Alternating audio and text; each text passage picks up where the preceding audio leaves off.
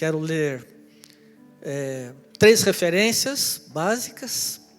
E eu quero que você reflita comigo sobre uma coisa que nós crentes e muita gente fala sobre a vontade de Deus. Qual é a vontade de Deus para a minha vida? Sempre perguntamos isso, não é? Normalmente, às vezes em situações de conflito, qual é a vontade de Deus para a minha vida? A Bíblia diz que Deus tem uma vontade boa, agradável e perfeita. Lembram disso? Deus tem uma vontade boa, agradável e perfeita. Porque Deus é bom e é um Deus perfeito. E a pergunta é para você refletir: tudo que Deus quer acontece? Tudo que Deus deseja realmente acontece?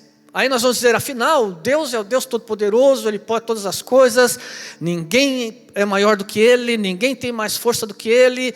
Essa pergunta, pastor, não se pode nem fazer. Afinal, tudo que Ele quer acontece.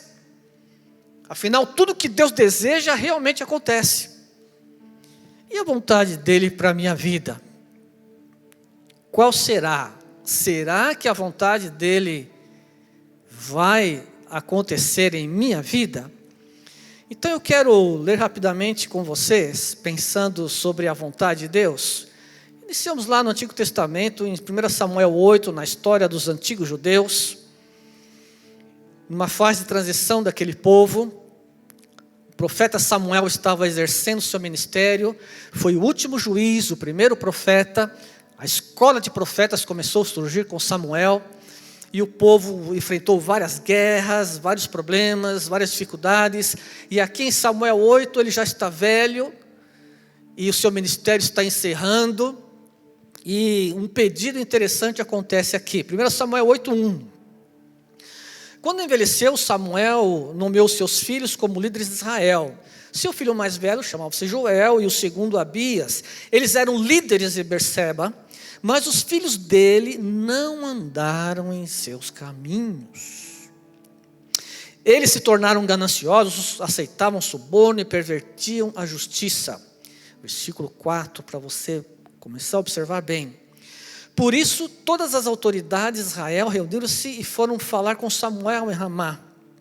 E disseram-lhe: tu já estás idoso e teus filhos não andam em teus caminhos. Preste atenção. Escolhe agora um rei para que nos lidere à semelhança das outras nações. Samuel, você está velho, seu ministério está terminando, seus filhos não estão nem aí, nos dá um rei, nos dá um governante. Queremos que alguém nos governe, Samuel, como os reis das outras terras, das outras nações, porque você já não pode mais. Versículo 6. Quando, porém, disseram: dá-nos um rei para que nos lidere, isto desagradou a Samuel. Então ele orou ao Senhor. Então Samuel estava trabalhando toda a sua vida, era um profeta aprovado, um homem aprovado, e de repente aquele povo vem e diz: não, nós queremos um rei, queremos alguém que nos governe. E ele ora ao Senhor. Samuel se sentiu rejeitado, Samuel se sentiu excluído, descartado, né? Como em muitos lugares se faz com os velhos, né? Vão se descartando os velhos. E ele se sentiu descartado, se sentiu desonrado, e ele ora ao Senhor. Mas olha no versículo 7, a resposta de Deus. E o Senhor lhe respondeu: atenda a tudo que o povo está lhe pedindo. Não foi a você que rejeitaram, foi a mim que rejeitaram como rei. Deus tinha uma vontade, o povo tinha uma vontade. O povo queria um governante, o povo queria um rei, mas Deus era o seu rei. Deus era o seu governante, desde que saíram do Egito, lembram disso? Foi Deus que foi lá, mandou Moisés, abriu o mar, mandou as codornas, sustentou no deserto, blá blá blá, tantos anos. Deus era o governante. Deus era o rei, era Deus que estava à frente. De repente eles chegam para o líder religioso e falam: nós queremos um governante. E Deus está dizendo: Samuel, não foi a vocês que eles rejeitaram, a mim que eles rejeitaram. A mim que eles estão rejeitando. E aí Deus disse: atenda a tudo que o povo está lhe pedindo. Qual era a vontade de Deus? Reinar sobre Israel. Qual a vontade de Deus? Continuar reinando sobre eles, enviando líderes, enviando homens, mulheres que ouvissem a Deus, ouvissem a voz de Deus e governassem o povo. Ele era o rei. A vontade dele era esta, mas a vontade dele não se cumpriu sobre Israel. Entendem então comigo? Tudo que Deus quer acontece. Tudo que Deus deseja, afinal Deus é Deus, Ele é grande, forte, poderoso, Ele domina sobre todas as coisas. Tudo que Ele deseja acontece. O antigo povo de Israel fez a sua própria escolha e a sua própria vontade. E sabe o que Deus fez? Muito bem. Façamos a vontade de vocês. E Deus concedeu reis para eles durante muitos anos. No Novo Testamento, nós encontramos na vida de Jesus, em Lucas capítulo 13, mais uma vez o conflito de vontades, sobre desejos. Qual é o desejo de Deus para a minha vida? Qual a vontade de Deus para a minha vida? Bem, Deus tem seus desejos e tem suas vontades. Tudo que Deus deseja acontece. Apesar de todo-poderoso, apesar de forte, tudo o que Ele quer acontece. No ministério de Jesus, Lucas capítulo 13, Lucas 13:31. O Senhor Jesus estava bombando no ministério, estava fazendo curas, milagres e coisas tremendas. E aqueles homens do seu tempo, os líderes do seu tempo, o ameaçam. E foi ameaçado. 13:31 de Lucas. Naquela mesma hora, alguns fariseus aproximaram-se de Jesus e lhe disseram: saia e vá embora daqui, porque Herodes quer te matar. Ele respondeu: vão dizer àquela raposa: expulsarei demônios e curarei o povo hoje e amanhã, e no terceiro dia estarei pronto. Mas preciso prosseguir hoje, amanhã e depois de amanhã, pois certamente nenhum profeta deve morrer fora de Jerusalém. E anote na sua Bíblia aí o versículo 34. Jerusalém, Jerusalém, você que mata os profetas e apedrejas os que lhes são enviados, quantas vezes eu quis reunir os seus filhos, como a galinha reúne os seus pintinhos debaixo de suas asas, mas vocês não quiseram.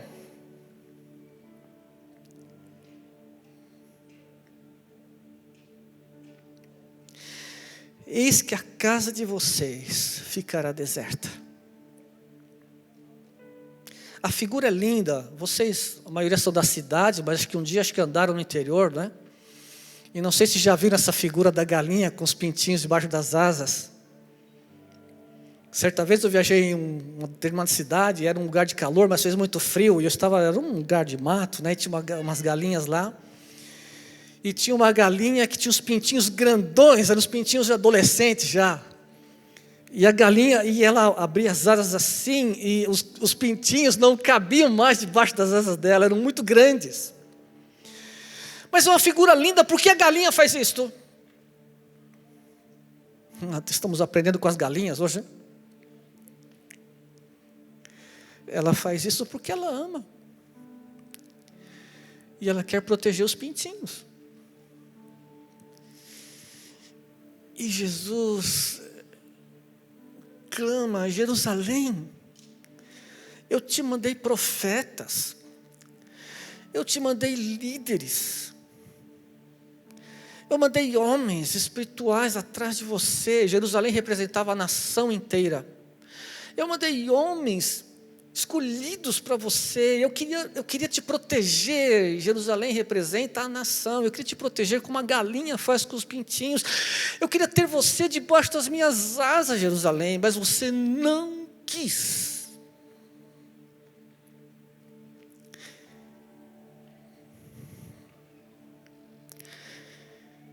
No ano 70 anos depois que Jesus ressuscitou, o Império Romano quebra os muros de Jerusalém, põe fogo do templo, não ficou pedra sobre pedra, porque o ouro do templo, colocaram fogo e havia ouro nas paredes, e o ouro derreteu e caiu no rejunte das pedras. Eram pedras grandes, somente colocadas uma a outra, não tinha um cimento, um rejunte para tampar, e o ouro entrou nas fendas das pedras. Já leu sobre isso? E os romanos atrás do ouro foram arrancando pedra sobre pedra, e não sobrou nada. Até hoje os judeus choram em um pedaço do muro que sobrou. Sabe por quê, igreja? Porque Jerusalém não quis. Porque Jerusalém quis seguir a sua própria vontade. Qual era a vontade de Jesus? Qual era a vontade de Deus? Jerusalém, eu quero te segurar, eu quero te amparar como a galinha faz com os pintinhos. Tudo que Deus quer acontece. Tudo que Deus deseja ocorre. O povo de Israel não quis que Deus governasse. Jerusalém não quis que Jesus governasse. A vontade de Deus sendo colocada à prova, sendo rejeitada. Qual a vontade de Deus para a sua vida? Será que Deus tem uma vontade para a sua vida? Um desejo para você? Ele tinha para Israel, ele tinha para Jerusalém. Mas há um outro aspecto da vontade de Deus, em 2 de Pedro, lá no finzinho da Bíblia, lá perto do Apocalipse. Hoje com o celular não adianta falar isso, né? Antigamente a gente falava para ajudar as pessoas a achar, hoje com o celular se acha mais fácil. 2 Pedro capítulo 3, o versículo 9. Qual é o desejo de Deus, a vontade de Deus? 3,9 de 2 Pedro. O Senhor não demora em cumprir a sua promessa, como julgam alguns. No tempo de Pedro já estavam dizendo assim: vocês estão dizendo que Jesus volta, Jesus não voltou até agora, ele não vai voltar mais, isso é conversa, estão enganando vocês. No tempo de Pedro já se estava falando isto. Aí Pedro escreve e responde: o Senhor não demora em cumprir a sua promessa. Qual promessa? De voltar. Gente, ele vai voltar, você acredita nisso? A gente cantou Ele Vive aqui, cada vez que canta isso eu fico baleado. Me dá uma coisa. Ele vive, e Ele vai voltar. O Senhor não demora, Ele não está demorando, igreja. Ele tem a hora dele, o dia dele, o momento dele, ninguém sabe. Diz Pedro: o Senhor não demora em cumprir a sua promessa, como alguns julgam. Por que Ele ainda não veio? Ao contrário, Ele é paciente. A Bíblia antiga, a Almeida, diz longânimo, não é? Ele é paciente. Por que Deus é paciente? Ao contrário, Ele é paciente com vocês, não querendo que ninguém pereça, mas que todos cheguem ao arrependimento. Todos vão se salvar, irmãos. Todos estão se salvando. Qual a vontade dele? Que todos se salvem. A vontade dele acontece? Não. A vontade dele aconteceu com os israelitas, em querer governar os israelitas? Não, não aconteceu. A vontade dele aconteceu em dominar Jerusalém, em cuidar de Jerusalém, em cuidar de Israel? Não, não aconteceu. A vontade dele está acontecendo em que todos aceitem Jesus? Não, não está acontecendo. Significa que nem tudo que Deus quer acontece. Porque Ele se autorregulou, Ele se autoimpôs, que o homem decide sobre sua vida. As pessoas dizem, mas por que Deus permite a guerra? Mas por que Deus permite a fome na África? Mas por que Deus permite? Porque Deus deu ao homem o governo do planeta. Deus deu ao homem o governo da terra. Lá em Gênesis ele diz, crescei, multiplicai, dominai, sujeitai a terra. Esse governo foi dado para o homem lá em Gênesis. Por que ele permite a guerra? Ele não permitiu, o homem decidiu. Por que acontece a fome na África, a morte, não sei o quê? Porque o homem tem decidido. Porque a vontade dele não acontece sempre. Essa é uma das grandes tensões teológicas. Deus tem uma vontade para a sua vida. Qual é? Eu vou dizer qual é. A vontade de Deus para a sua vida é que você entregue sua vida para Jesus hoje. Você que está em casa assistindo, essa é a vontade de Deus. Sabe quem decide? Você. Porque Ele não vai te obrigar. Entende isso, igreja? Porque as coisas no mundo estão ruins? Porque os homens têm seguido sua própria vontade, seus próprios desejos. A vontade de Deus para a sua vida é você que vai permitir que aconteça. Ele não vai te obrigar. Recapitulando. Deus queria governar sobre Israel, Israel não quis. Deus queria proteger Jerusalém, a cidade, proteger a nação não quis. Deus quer que todas as pessoas se convertam, se salvam e vão para o céu. Deus, em Isaías diz que Deus não tem prazer na morte do ímpio, mas quer que o ímpio se converta, se arrependa e se converta. Deus quer que todas as pessoas se convertam. E Deus quer que você se converta. E digo mais, a vontade de Deus para alguns aqui é que você comece a levar Deus mais a sério. E pare de pingar de igreja em igreja como um beija-flor. Conhece crente beija-flor? Cada dia dá um beijinho numa, né? Cada domingo vai num... E não cria raiz em lugar nenhum. Você está andando em lugar perigoso. Porque você precisa de uma casa de segurança. Queremos que relevância seja a sua casa. Os VIPs. Você é VIP. Queremos que esta seja a sua casa. Mas se não for, procure uma igreja para você. Porque você precisa de um lugar de segurança espiritual. Entende isso, igreja? E parar de ficar... Cada dia um lugar. Lá tem um louvor legal. Lá tem umas minas legais. Lá tem uns caras bonitos. Qual é a vontade de Deus para a sua vida, meu amigo? Pare com isso. A vontade de Deus é que você se converta e tenha uma vida comprometida com Jesus. Estou terminando. Pense assim comigo. Jó, lembra de Jó, o cara famoso lá, o cara do sofrimento? Jó poderia ter recusado e abandonado a vontade de Deus no meio do sofrimento. José, aquele lá do Egito, poderia ter recusado e abandonado a vontade de Deus em meio ao sofrimento. Eles poderiam ter recusado.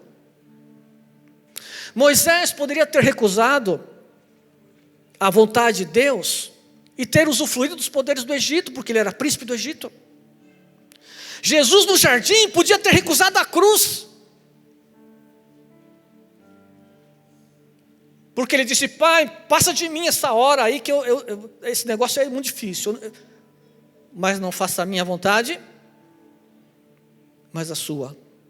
O apóstolo Paulo poderia ter recusado o sofrimento ministerial, mas ele aceitou.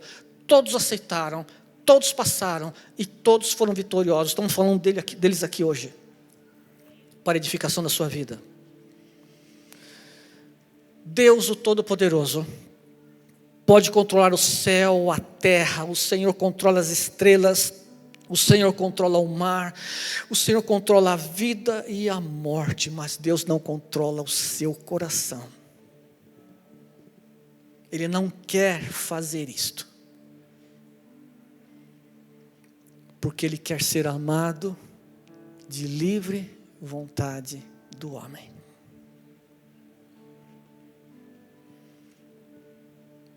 Tá bom, irmãos?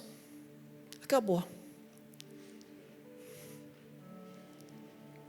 Acabou. Eu quero que você feche seus olhos. Todos vocês, por favor, mais alguns segundos. Eu tenho tempo ainda, meu tempo está sobrando, a equipe nem chegou aqui ainda.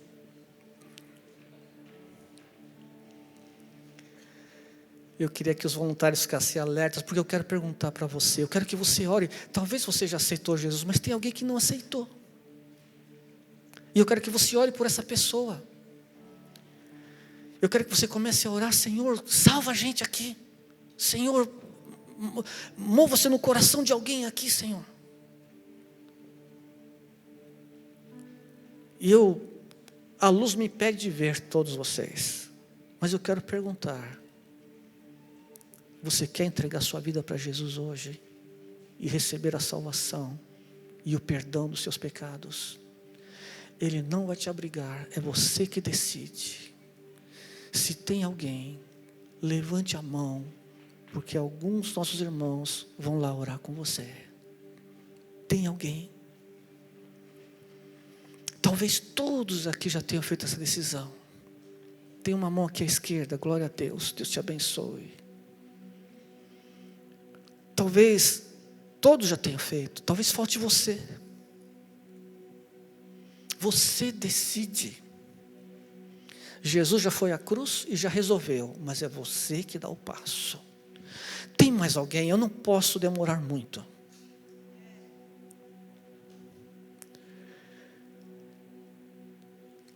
Quer receber Jesus? Talvez em casa, se você está em casa, é a primeira vez que você ligou, né, aqui na Relevância, você precisa fazer uma oração assim: Senhor Jesus, eu não entendo tudo. Não estou entendendo tudo, mas eu estou entendendo que Jesus é o Salvador, e eu preciso que Jesus entre na minha vida e perdoe meus pecados. Eu peço que Jesus entre agora na minha vida, perdoe meus pecados e me dê vida eterna. Faça essa oração, e Ele vai te atender. Depois, se você quiser, entre em contato conosco pelo Instagram, alguém vai orar com você, vai te ajudar. Mas eu quero aproveitar mais alguns segundos, e quero perguntar: você está levando Deus a sério? Você está levando as coisas de Deus a sério? É a sua vontade que prevalece. Se você não está levando Deus a sério, quer fazer uma oração agora também. Vamos ficar todos em pé, por favor. E se essa palavra tem a ver com você, irmão, se você está bem, está em Cristo, essa palavra não é com você. Mas se é com você, você deve orar assim: Senhor Deus, minha vida não tem sido muito boa não.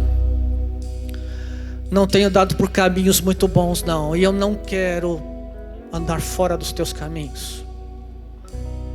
E nesta manhã eu decido levar o Senhor a sério. Recebe a minha vida como um servo fiel, Senhor. Não confio em mim, não confio em minhas forças, mas confio no Espírito Santo. Quero, Senhor, a partir de hoje, levar a minha vida cristã a sério, em nome de Jesus. Amém, igreja? É a simplicidade da palavra de Deus. Deus te abençoe.